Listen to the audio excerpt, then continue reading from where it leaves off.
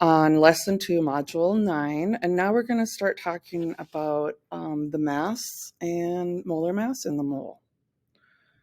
So last lesson you learned about Avogadro's number and how many particles are in a mole, 6.022, 10 to the 23rd. But now we're going to talk about something called molar mass. And we're also going to be using conversion factors and doing dimensional analysis. So molar mass is the mass of 1 mole of any pure substance, and it's equal to the average atomic mass found on the periodic table. So this is not our periodic table, but on yours, it's in a similar location. So 1 mole of carbon, for example, has a molar mass of 12, and we're going to go to the hundredths with ours, 12.01 grams. So 1 mole of carbon is going to be equal to 12.01 grams of carbon. So looking at our periodic table, we can see, 1 mole of nitrogen, for example, is going to be 14.01 grams of nitrogen. And, we can do this for any element. 1 mole of hydrogen is going to have 1.01 grams of hydrogen. So we can use this now to do some conversions because, moles are really important in chemistry, but when you're in the lab, it's more likely that you're going to have, we don't have like mole meters. We do have balances that measure in grams, and then we can convert to mole. So we can take molar mass. So we'll use that example of carbon. So 1 mole of carbon has 12.01 grams, and we can write it as a conversion factor. We can because remember, a conversion factor is 2 things that are equal, and we're using the dimensions or the units to help us to cancel. So dimensional analysis. So I can write it as, 12.01 grams in 1 mole of carbon with the grams in the numerator, and then I can also invert it, and I'll show you both ways of using these. So on our mole map, I would add what I have up here. So if I'm converting, at the very least, just molar mass is what we're using whenever we're converting between mass and moles. How you write the molar mass conversion is what I have up here. So if I'm trying to get to mole, I would want the mole in the numerator and the molar mass value. And I don't have a number here because it varies depending on the element you're using. So you're going to use the periodic table to help you. And then if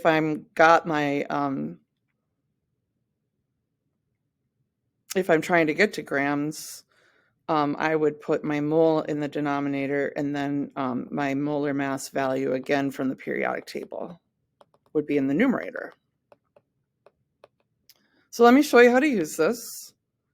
So here's an example. Chromium is used when we do like chrome plating on metals, and it makes them shiny and pretty, but it also helps control corrosion. So if I start with 0.045 moles of chromium, so I'm right here on my mole map, I want to know, well, how many grams is that going to be?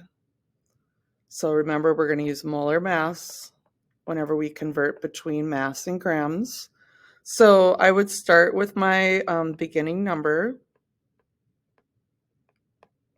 And then now I'm going to look on my periodic table, and I'm going to find chromium. So from my periodic table, when I find chromium, I can see the molar mass is 52.00. That's the average atomic mass, which is also the number of grams in 1 mole. So I am going to put 1 mole in the denominator so that it cancels. And I'm going to put my gram in the numerator. And then on my calculator, all I'm doing is I'm multiplying 0.045 times 52 divided by 1, which I don't need to do. And then let me just see what we get. So we get 2.34 grams of chromium. In terms of sig figs, similar to Avogadro's number, these are not measured, they're defined, so they have infinite sig figs. So I'm really only looking at this number that I start with, and we're multiplying, so we're going to go with that number, the least sig figs. So we have 3 sigs, we want to end with 3. So this one's good the way it is, we didn't need to do any rounding. Let me show you another one. So here we're going to talk about magnesium. It is something that we need in our diets for growth and maintenance of our bones, nerves, muscles, lots of other things. And it also helps neutralize stomach acid.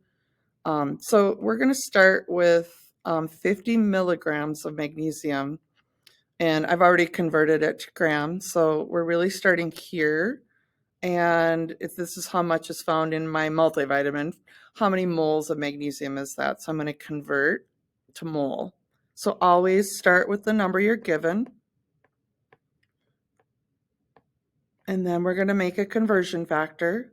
We're looking on our periodic table. We find magnesium. 1 mole of magnesium has a mass of 24.31 grams. So now I'm going to put the 24.31 gram in the denominator because then my grams will cancel. And then I can calculate by taking 0.05 times 1, which you don't have to do, divided by 24.31, and then enter.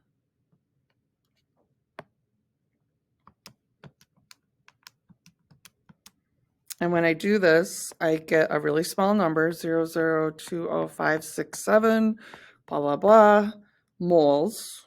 So really small amount. And then sig fig wise, like I said, infinite, infinite. So we're going to go with our least sig figs, which there's 2. So then we have to remember 1, 2, cut. So I would round this up. So my answer is 0.021 moles of magnesium in my multivitamin. If you prefer, you can write that in scientific, 2.1, 10 to the negative 3rd moles. Either way is fine.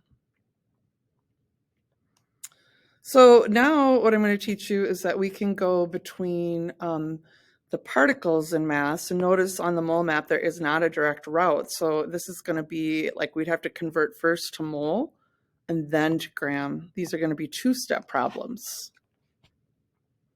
So here we go. This is a platinum, I'm not sure how you say, bullion coin. So they're kind of an investment actually in the metal itself. They're not used in commerce. But anyways, a half a troy ounce has a mass of 15.56 grams. So the question is then how many atoms of platinum are in the coin? So so we're really starting with gram right here.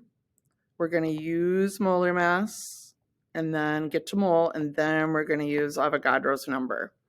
So always start with the number you're given. And this is platinum. You don't have to put that in, but I'm going to. So the first conversion, we're going to try to get rid of the grams of the platinum. We're going to use molar mass. So on my periodic table, I find platinum, and 1 mole of platinum has a mass of 195.08 grams. So that's what's going to go in the denominator for every 1 mole of platinum. So if I were to stop right now, I would be at moles of platinum, which you can see, that I just did this step. I'm right here. But now I want to know how many molecules. So I'm going to do this all as one problem. I recommend that you do the same. And I know that I don't want the moles, so I'm going to put 1 mole of platinum down here, and I'm going to put Avogadro on the top.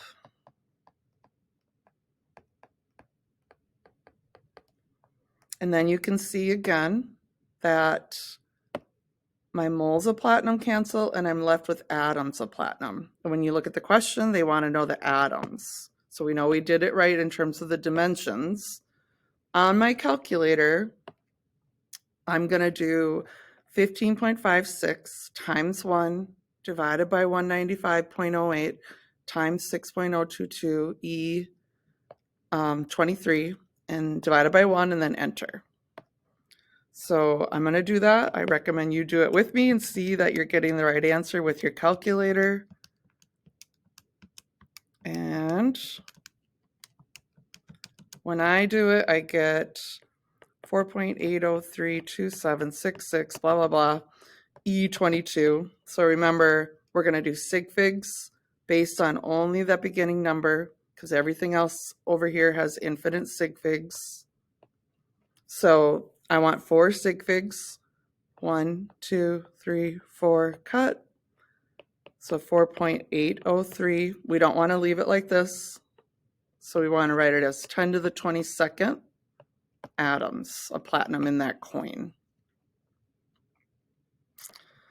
Let's do one more. I think this is our last one. So xenon is found in trace amounts in the Earth's atmosphere. It's really unreactive, but we have kind of forced it to undergo a few chemical reactions. It's the first noble gas that actually was able to form a compound. So the question is, if I know that I have this many atoms of xenon, how many grams or mass do I have of xenon?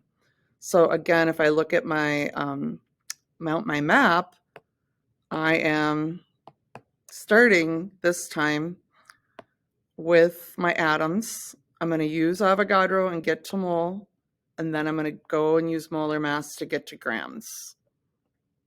So I'm going to start with the number I'm given.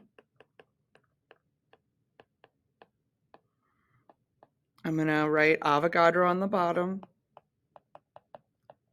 There's that many atoms of xenon in 1 mole of xenon. So right now, if I were to stop, I'm in moles. So I'm right here. I just went here to here. But now I'm going to use the molar mass to get to the grams. So on my periodic table, I find xenon. 1 mole of xenon has a mass of 131.29 grams. I'm going to put the 1 mole down here because then these will cancel. 131.29 gram on the top. And then you can see the gram is not going to cancel because that's the unit we want to end in. And so we're really on our calculator, we're going to go 6.7376 E26 times 1 divided by 6.022 E23 times 131.29 divided by 1, which you don't have to do, and then enter. So when you do this, let's see what we get. 6.76 E26 times 1 divided by 6.022 E23 times 131.29. So I get a big number, and you can put it in scientific if you want. It's 147,379. And that would be in gram. In terms of sig figs, we have 3. So we want to have 3. So our answer is going to be 147,000 grams.